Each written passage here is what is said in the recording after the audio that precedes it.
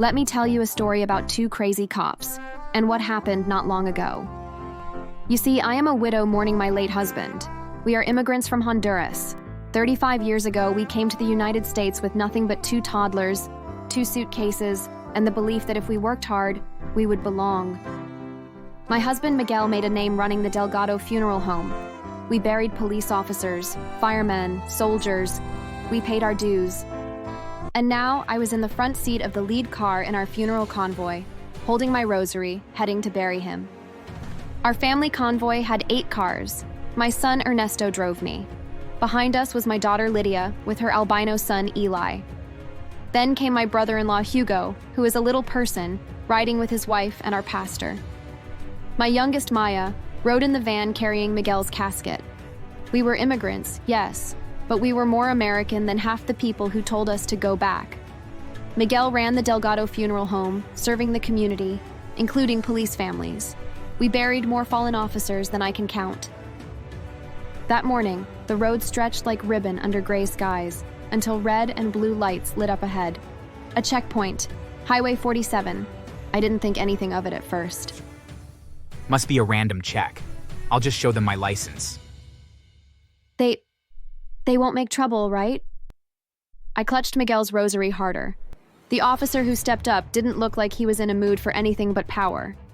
License registration and proof of immigration status for everyone in the vehicle.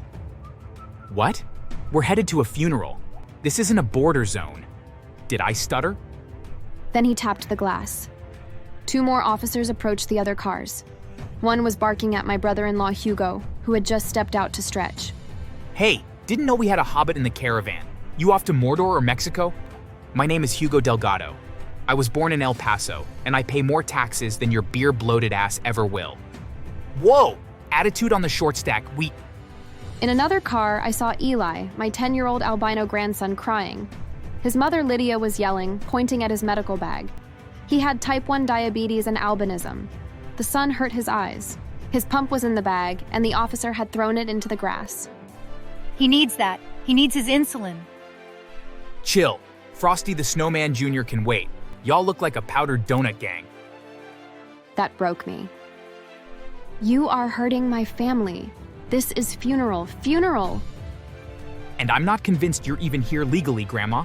Why don't you step out and speak English like a real citizen? Then it got worse. Jennings sneered and said, You immigrants are used to bribes where you're from, so pay up and we won't have to check all your cars. Save everyone the drama. This is our father's funeral. We don't have bribes, we have a burial to finish. They didn't like that. Suddenly, they pulled Ernesto out of the car. We got a hostile. Detain him. They cuffed Ernesto in front of me. I screamed.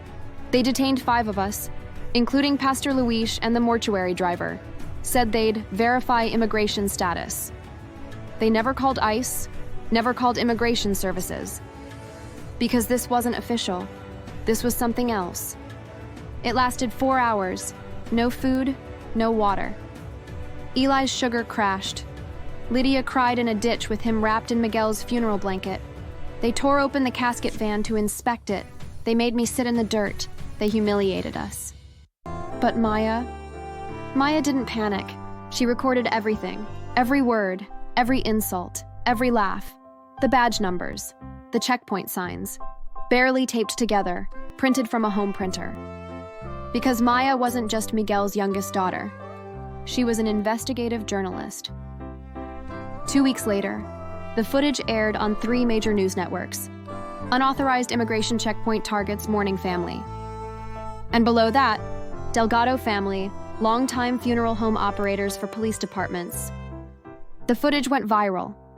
The mockery of Hugo, the brutality to Lydia, the denial of Eli's medical equipment, my shaking hands clutching Miguel's rosary. Nationwide outrage followed. The police department tried to deny it, but Maya had GPS data, timestamps, backup footage, even the funeral permit.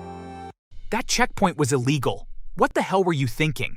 We don't shake down families at funerals. We don't ask for bribes like back alley thugs.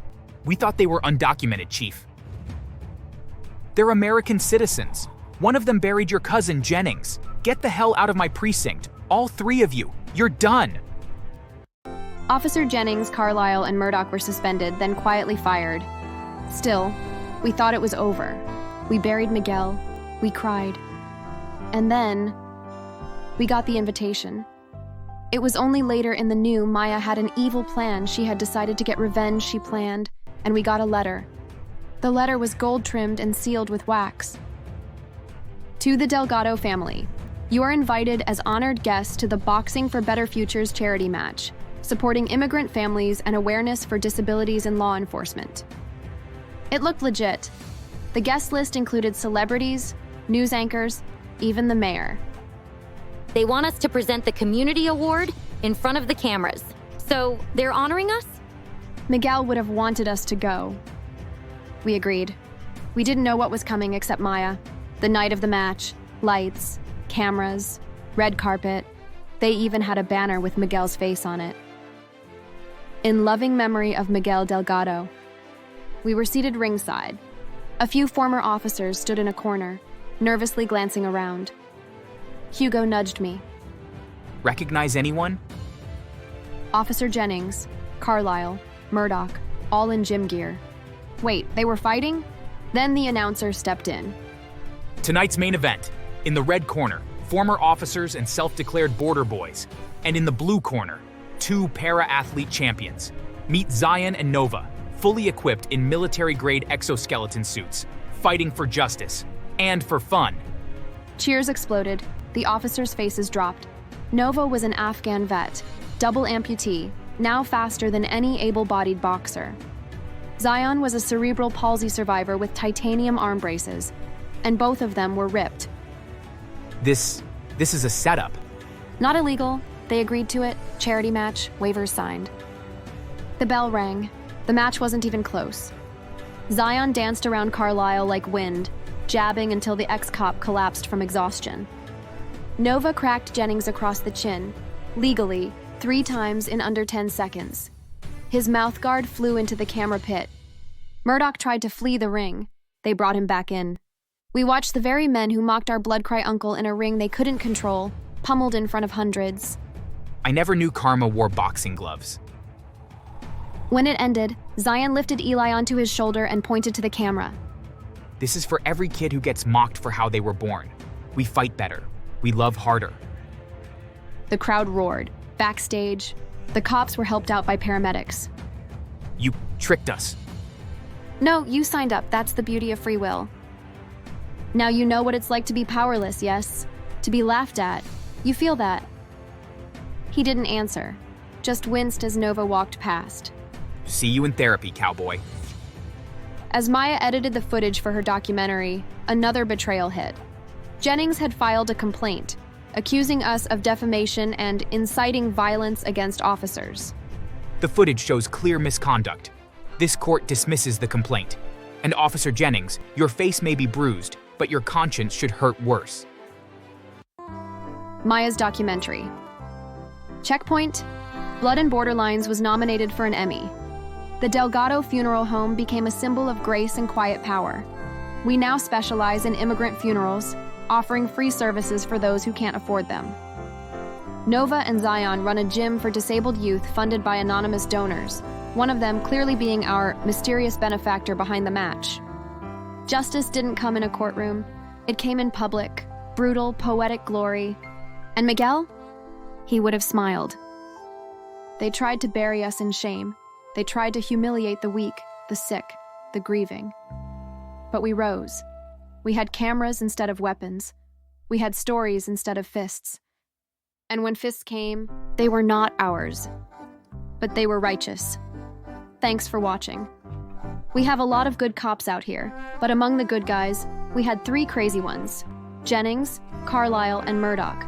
Don't forget to like, share, or you just might find yourself in the ring, with Karma in an exosuit.